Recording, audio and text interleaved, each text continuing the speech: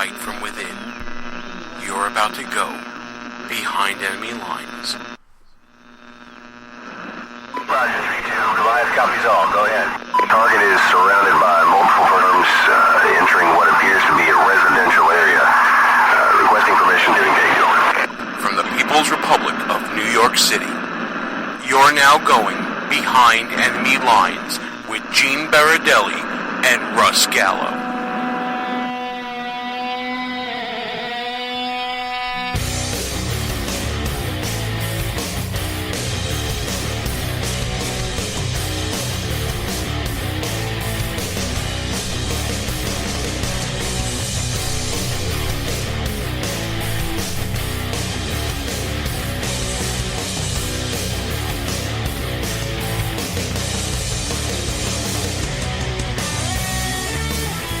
And you are now behind enemy lines.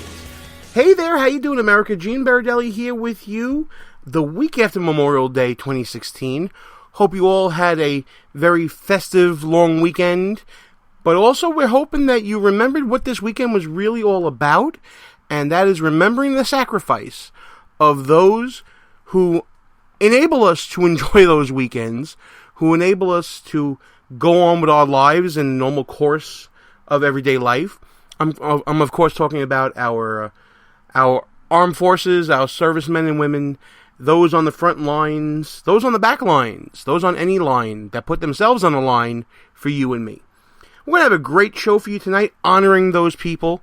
Of course, one of those people is our own Russ Gallo, who is a first sergeant with Bravo Company at the 258th Artillery in the New York National Guard. We got to give a shout out to Russ and all that he does. And, of course, shout out to every veteran out there who, at any time in their life, sacrificed of themselves and of their families and of their own lives so that we may pursue life, liberty, and, of course, the pursuit of happiness. We have a great show honoring those veterans. We're going to replay our interview that we did at CPAC with the Warrior Angels Foundation, Chase Rowan and Andrew Marr. We're going to replay that beautiful rendition of Just a Common Soldier that has now been nominated for an Emmy, believe it or not. And Tony Lo Bianco's rendition of that is absolutely gorgeous, moving, and beautiful. And, we got a whole host of other surprises for you during the show as well. I'm just going to start off with just a little bit of a rant. I'm going to go Russ Gallo on you guys a little bit. Because I come from a family of servicemen. And I was lucky enough because they served that I didn't really have to. I was living in a time of peace when I was coming up of age, and by the time war started breaking out around the world, and this age of terrorism that we live in now, I was already past the age to serve. I don't regret not serving only because I felt that I really don't have what it takes. Let's be perfectly honest. My forte is the legal arena. It's office life. I don't got the stuff, guys. I'm going to freely admit that to you right now. A lot of people will make excuses about, I could have done this and I could have done that. No, I couldn't have. I can't do what Russ does. I can't do what others of my friends do, and that's serve and give them themselves the way that they do.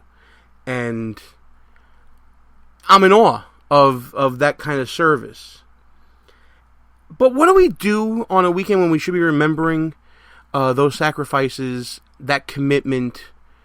We talk about a gorilla in a zoo. We talk about whether or not that gorilla should have been killed. We don't talk about the 55 people that got killed in Chicago. We'll talk about the latest fashion. We'll talk about, summer plans, and we forget. And the reason we are able to forget is because we have that luxury to forget. We have that luxury to be able to say, somebody else will take care of it.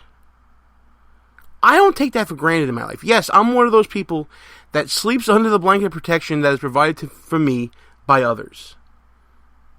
But I don't forget where that safety and where that freedom comes from. It comes from those who just give away years of their life to do things that I can never imagine doing. Going overseas to protect our interests. Following orders that I don't know I could do. I'm being perfectly honest here, folks. There's no filter here whatsoever. I can't do that service. I think it takes a special person to be able to do that. People like to think that we, press gang the poor into going into the military because they are out of options and it gives them the opportunity to get somewhere in life. But no, there's got to be something in you. There's got to be something in you, some little bit of idealism, whether you know it or not. There's that idealism and that commitment to go out and say, I'm going to stand on that line for you. I don't know if it comes from the training of becoming a service member. I don't know if it comes from inside you to begin with. But it's there in all those men and women. No matter what background they come from, what region of the country they come from, what economic circumstance they come from, there's a tie that binds. And I'm in awe of it. I really am. And that's why we do what we do here behind enemy lines. The show is named Behind Enemy Lines for two reasons. The first is we make jokes about it all the time. People's Republic of New York City, we're outnumbered here, we're outgunned, etc., etc. But the other reason is to pay tribute to my co-host Russ Gallo's service. And I'm forever indebted to him. And I'm forever indebted to everyone that has served this country in whatever capacity. And this show is meant for you tonight.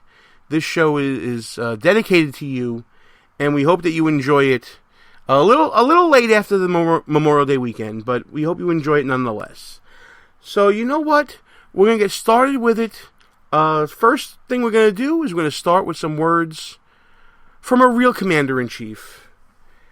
And then we'll get into interviews and some music and some great moving stuff, folks, as we pay tribute to all those who gave some and those who also gave all. Our veterans, our servicemen and women in the armed forces. God bless you all. We hope you enjoy a little something that we can do for you here behind enemy lines.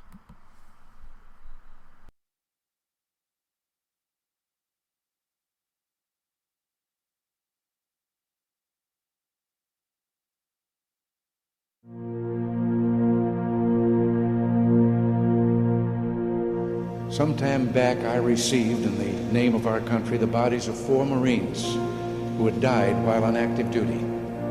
I said then that there is a special sadness that accompanies the death of a serviceman, for we're never quite good enough to them. Not really, we can't be, because what they gave us is beyond our powers to repay. And so when a serviceman dies, it's a tear in the fabric, a break in the whole, and all we can do is remember. It is, in a way, an odd thing to honor those who died in defense of our country, in defense of us, in wars far away. The imagination plays a trick. We see these soldiers in our mind as old and wise. We see them as something like the founding fathers, grave and gray-haired. But most of them were boys when they died, and they gave up 2 lives, the one they were living and the one they would have lived. When they died, they gave up their chance to be husbands and fathers and grandfathers.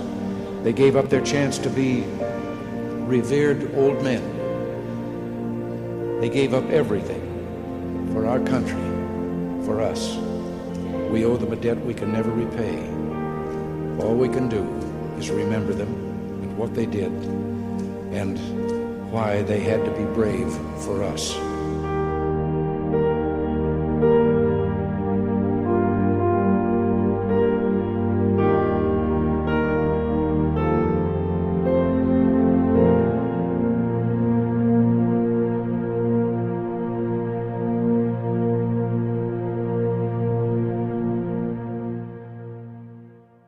Behind enemy lines. Joining us right now from the Warrior Angels Foundation, Andrew Marr and Chase Rowan. Chase, grab a chair, my friend. Pull yourself up, sit yourself down, and let's talk about all the good things about the Warrior Angels Foundation and all that you're doing. Andrew, thanks for coming on, man. I really appreciate it. It's our pleasure. Thank you. We've been having a lot of fun, Sean. Sean Atkins is going to remain with us, the author of Squashing Liberalism. I wouldn't have it any other way. We have. We've had a lot of fun, but I you know what? I don't. I'm going to say this, and this is from a Marine veteran to you guys, because I know what you guys do. I don't even feel worthy to sit here. You're worthy. Well, I know that, but I just want to say what you guys do. You not just your service to the country, but your continued service. I always say that because so many times I'm sure you guys are fed these accolades. Oh, thank you for your service. Thank you for service. But people forget the continued service after our military service that takes place. That's just as important, sometimes more important, especially with what you guys are doing. It's about contribution, isn't Absolutely. it? Well, let's fill in the audience about what exactly we're talking about here.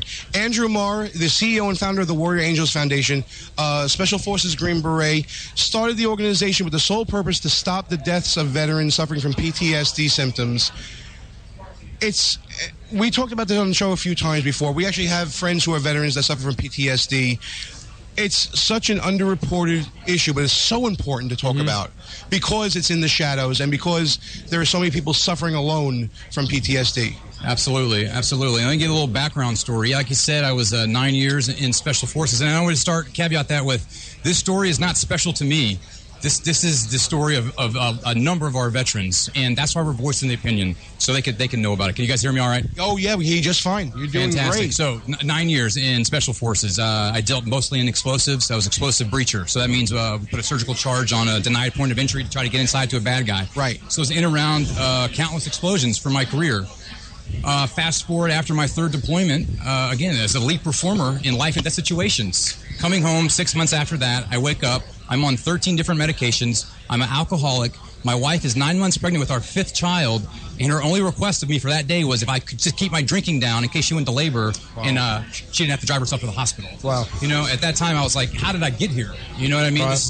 This is not the man I was. Yep. And I came to a crossroads, and I was like, you know what? I'm going to quit kicking against external circumstances, and we're going to get to the bottom of this, and we're going to find a different alternative way to treat this than all of the antidepressants, anti-anxieties, psychotropics, narcotics, opiates, and everything else I was on. And that's how we kind of got started. It's an amazing story, and the road you've taken is incredible. So many people don't make it down that road. Chase Rowan also with us, the community relationship for Warrior Angels. Chase, tell us your story about how you got involved. You're in Special Forces, Army Ranger. Thank you doesn't say enough for everything that you guys have done. But tell us your story of the road that you've taken to get to this table today. Yeah, well, in 2003, I decided to join the military. Of course, 9/11 was my main reasoning for that. I was a part of 3rd Ranger Battalion out of Fort Benning, Georgia. Deployed to northern Iraq in 2004. Shortly after returning from Iraq, before I was able to go to Ranger School, I suffered a parachute accident during a nighttime training operation. My parachute didn't open all the way, so I hit the ground going about 80 miles an hour. Oh, man. Caused a severe traumatic brain injury. That was then my way out of... They kind of said, hey, you can't do anything else with us, so we're going to medically discharge you out of the military. Shortly after being out, I started to notice, it was about a year and a half, started to notice a slow decline in just quality of life, my well-being, my marriage, in so many different areas, and I just kind of accepted it at the time. But then, fast forward, years later, Andrew got out of the military. And Andrew and I crossed paths. We've known each other a long time, and he was struggling with the same issues. So, gathering together, working together, yes, sir. Working for a common purpose, keeping focus on that. Amanda, you got some questions, right? Yes. So we're at CPAC, where we have thousands of people who I know would do anything to help out our veterans. And PTSD is often referred to as the invisible wound that is brought home from the war. And we don't have a lot of conversation about it. It's hard to identify it. What can we do to help identify those veterans who might be suffering, reach out to them and give them a hand? Yeah, well, you know, that's a great question, and we need to talk about two things. We need to talk about traumatic brain injury and post-traumatic stress because they're interrelated often. And what we now know about traumatic brain injury, Sean, is it's a two-phased injury. So the first part is that initial trauma, be it a blast wave, be it a acceleration, deacceleration.